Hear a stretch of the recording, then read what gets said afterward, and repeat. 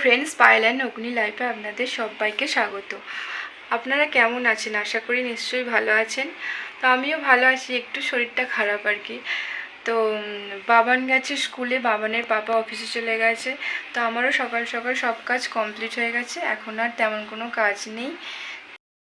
বাবান স্কুলে যাওয়ার পর আর বাবানের পাপা অফিস চলে গেলে না, তারপর আর সেরকম কোনো কাজ থাকে না।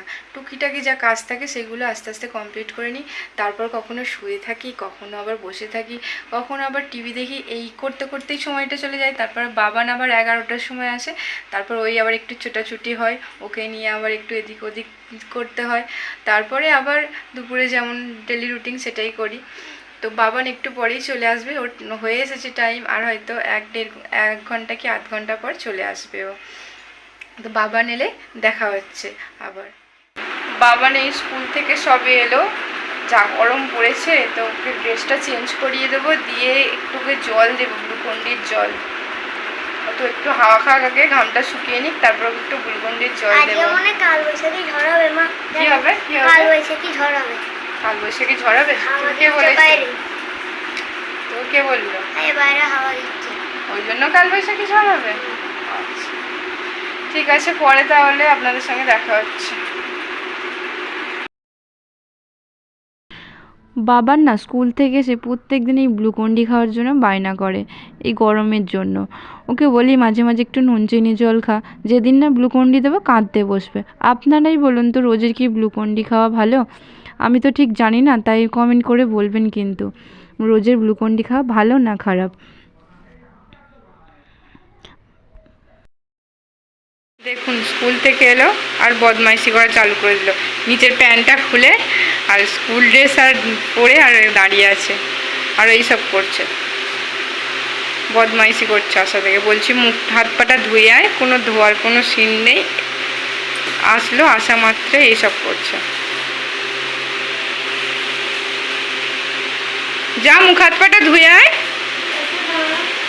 আগে ধুয়ে আয়, যা মুখ হাত পা ধুয়ে আসতে হয়, যা চলে যা, এসে গ্লুকন্ডি জলটা খাবি। বলছি মুখ হাত পাটা ধুয়ে আয়, না ধুয়ে এসে সেই পাখিকে ভয় দেখাতে যাচ্ছে। আর এখানে গ্লুকন্ডির জল করে রেখে দিয়েছি, এক্ষুনি করলাম, কিন্তু ওই যে কাজ করছে ছেলে আমার।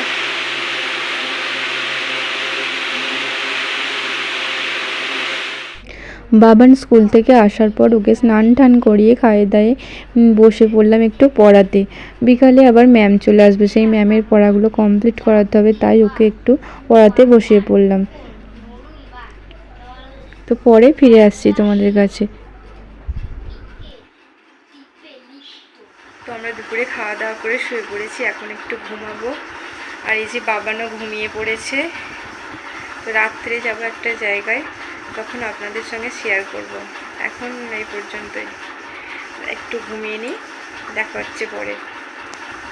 ঘুম থেকে উঠে বাবানকে পড়িয়ে রান্নার দিকে চলে গিয়েছিলাম। আমাদের আজকে রাত্রের ডিনার। তো এটা খেয়ে একটা জায়গায় বেরোবো। এটা তরকারি, আর এই যে রুটি, এটা খাবো, খেয়ে একটা জায়গায় বেরোবো, আপনাদের সঙ্গে শেয়ার করব কোথায় যাব না যাব। তো চলুন আমরা খেয়ে নিই, কারণ বেরোতে হবে তো আবার। এখন বাজে রাত 10টা। ডিনার কমপ্লিট করে নিলাম। ডিনার কমপ্লিট করে সাজুগুজু করে নিলাম, বাবান, আমি আর বাবানের পাপা। বাবানের পাপা ক্যামেরার অপোজিটে আছে, তাই বাবানের পাপাকে দেখাতে পারলাম না, বাবানকে আর আমাকে দেখালাম। আমাদের কেমন লাগছে জানাবেন কমেন্ট করে। তো আমাদের এখানে ছিল শ্মশান কালী পুজো, তো সেই পুজোয় দিতে যাব বলে বেরিয়ে পড়লাম, বাবানের পাপা, আমি আর বাবান তিনজনে মিলে। কাছেই মন্দিরটা, বেশি দূর না, তাই তিনজনে মিলে বেরিয়ে পড়লাম পুজো দিতে। তাড়াতাড়ি যাইনি, তাড়াতাড়ি গিয়ে পুজোটা তো আর দেওয়া হবে না, তাই দেরিতে হয়, যেহেতু মা কালী পুজো রাত্রের দিকে হয়, তাই একটু দেরি করেই বেরোলাম পুজো দেওয়ার জন্য। দেখতে চলে এলাম প্যান্ডেলের কাছে। গেটটা কিন্তু দেখুন ভীষণ সুন্দরভাবে সাজিয়েছে, আর এখানের মা না ভীষণ জাগ্রত। এই মায়ের পুজোটা না ভীষণ নিষ্ঠাভাবে সকলে মিলে পালন করা হয়। তো এখানে আমি দাঁড়িয়েছিলাম, বাবানের বাবা দেখাচ্ছিল, তাই বাবানের বাবা অপোজিটে ছিল। এখানে আমার ভাসুর মানে দাদারাই, দাদা ভাইরা সব বসে আছে, ওরা যে প্রসাদ জমা নিচ্ছিল। তো এখানে বলছে আমাকে দেখো আমাকে দেখো, আমি একটু ক্যামেরা করি, সেটাই দেখাচ্ছিল। তাই বাবানের বাবা ঘুরে ঘুরে ক্যামেরা করছিল। আর দেখুন এখানে কিন্তু ভীষণ ভিড়ও হয়। আর আগে মেলাগুলো খুব বড় হতো, এখন ছোটোখাটোর উপরে মেলাটা করে দিয়েছে। আর এই হচ্ছে মা, আমাদের সকলের মা। তো এই মায়ের পুজো দিতে আমরা এসেছি। তো এখানে পুজোটা দিয়ে চলে যাব একটু মেলার দিকে। তো পুজো দিয়ে চলে এলাম মেলার দিকে। পুজো দিতে এসেছি, বাইরে ঘুরতে এসেছি, আর একটু মেলায় ঘুরবো না, এটা কখনো হয়? তাই একটু মেলার দিকেও চলে এলাম। ঘুরে ঘুরে দোকানগুলো দেখলাম, বেশি কিছু কিনিনি, তাও ছোটোখাটো এখানে মেলাগুড়টা কিন্তু ভালোই বসেছে, তাও ভালোই মোটামুটি ভিড় হয়েছে। তো এরকম ঘুরে ঘুরে দোকানগুলো দেখছিলাম কি বিক্রি হচ্ছে না হচ্ছে।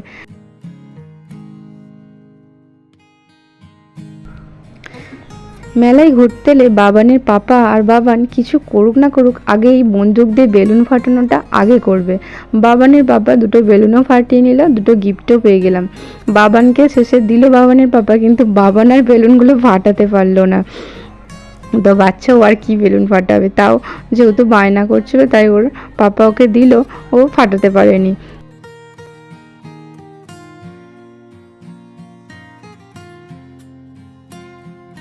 মেলার আরেকটু ভিতরের দিকে ঢুকে দেখলাম জাম্পিং বসেছে, আর এই বাচ্চাদের কয়েকটা দোলনা বসেছে। আর এদিকে চলে এলাম মেলা ঠেলা ঘুরে ঘুগনি খেতে। বাবানের পাপা ঘুগনি খাচ্ছে আর আমাকে একটু খাইয়েও দিল। আর আমি শেষে আইসক্রিম খেলাম।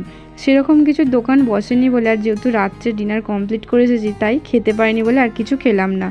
তারপর এদিকে চলে এলাম বাজি পোড়ান দেখতে। এখানে বাজি পোড়ানটা কিন্তু বেশ ভালো হয়, আর নানা রকমের বাজিও এখানে ফাটানো হয়। তো কয়েকটা বাজি আমরা ফাটানো দেখে তারপরে আবার বাড়ির দিকে রিটার্ন করলাম।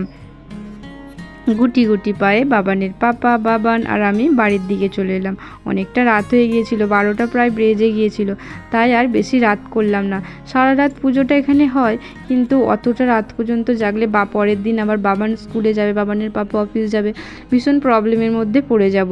তাই আর রাত না করে কয়েকটা বাজি ফাটানো দেখে চলে এলাম আমরা বাড়ির দিকে।